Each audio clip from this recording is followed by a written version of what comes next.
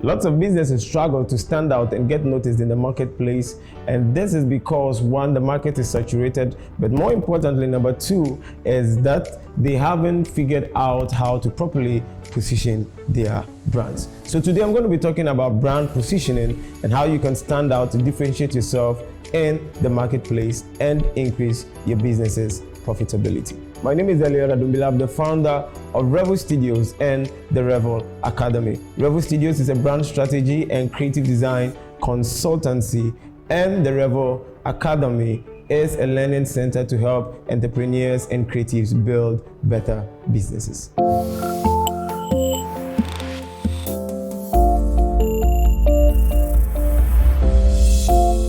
In order to build strong, profitable brands, we must be strategic in how we position ourselves in the marketplace. Customers are overwhelmed with choices, and our job as businesses and business owners is to make their decision-making process easy.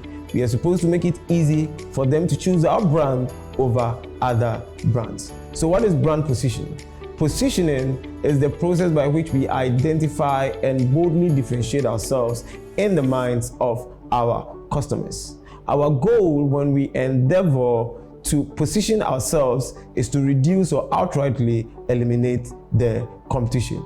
So today I'm going to show you the 3 steps in positioning your brand. The first step is to choose a focus. We need to be able to answer the question, what business am I in? Lots of businesses try to offer as many products and services as possible, and they do that with the hopes that they're going to grow, stand out, and be more profitable. But it actually does the opposite. The key to standing out in the market and positioning yourself is to choose an area of focus. So let me ask you this question. If you had to choose between a general practitioner and a heart surgeon to carry out a heart surgery, what are you going to choose? Like myself, I believe that you are going to choose the heart surgeon because he has invested his time and his resources in building his ability in that craft. Same principle applies to businesses. The more focused you are, the more it becomes easier for you to stand out and differentiate yourself in the marketplace. This is what we refer to as a niche. The second step is to clearly express and articulate that focus via a consistent claim of expertise. It is not enough to choose a focus. You must be very clear in expressing that focus and consistent in claiming that expertise. You cannot claim to be an expert in one area today and on another day claim to be an expert in a different area altogether. We must be consistent in the approach. So if you are claiming to be an expert at SEO, remain an expert at SEO. If you are claiming to be an expert in farm machinery, let that be your focus area. And what you want to do is that every opportunity that affords itself, you want to claim that expertise. So people ask you, what do you do?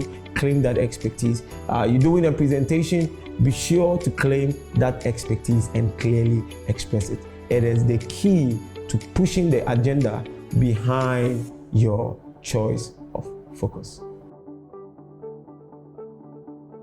The third step is that we must work to add the missing skills, capabilities, and processes that are necessary to support our claim. It is not enough to just claim their expertise. You must actually be able to deliver on the promise when people engage you. So you must work on adding the missing skills, capabilities, and processes. When I first started Revel Studios, we were into content creation. But as we began to reposition ourselves in the market and began to get into the brand strategy and creative design space, we had to build our skills, we had to build upon our capabilities and putting the processes in place to ensure that we were able to deliver on our claim. So if you are claiming expertise in an area, ensure that you are building yourself, you are building your team so that you are able to deliver on the claim and on your promise.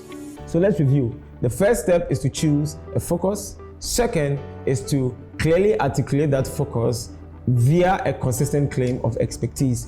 And thirdly work on building the missing skills, capabilities, and processes to support that claim. Finally, we're going to be talking about how to measure the success of our positioning. But before we do that, you want to subscribe to the channel. You also want to leave a comment or ask a question, and we'll address it in subsequent videos. So back to the question of measuring the success of our positioning. We do that by gauging our ability to command these two things simultaneously. First is a sales advantage. And what it simply means is that when we choose to compete more often than not, we would win. So when you are bidding for a project with your competitors, or you vying for the same customer with your competitors, what it simply means is that more often than not, you are going to win that project, you are going to win over that customer. And that is because you have been properly positioned in the market. So that is the first thing. And the second factor for measurement is our ability to command a price premium. And what this means is that when we win, we will do so not by reducing our prices, but by charging more.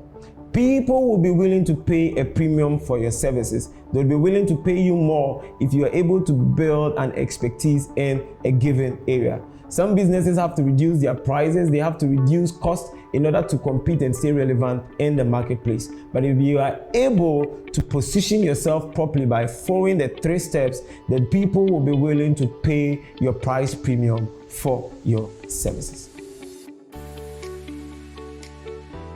We must understand that brand positioning is very important and critical for the survival of every business. And that is because we need to stand out, we need to get noticed in order to grow and be profitable. I hope this video has been beneficial to you. If it has, kindly share the link, share the video with somebody, and remember to subscribe to the channel.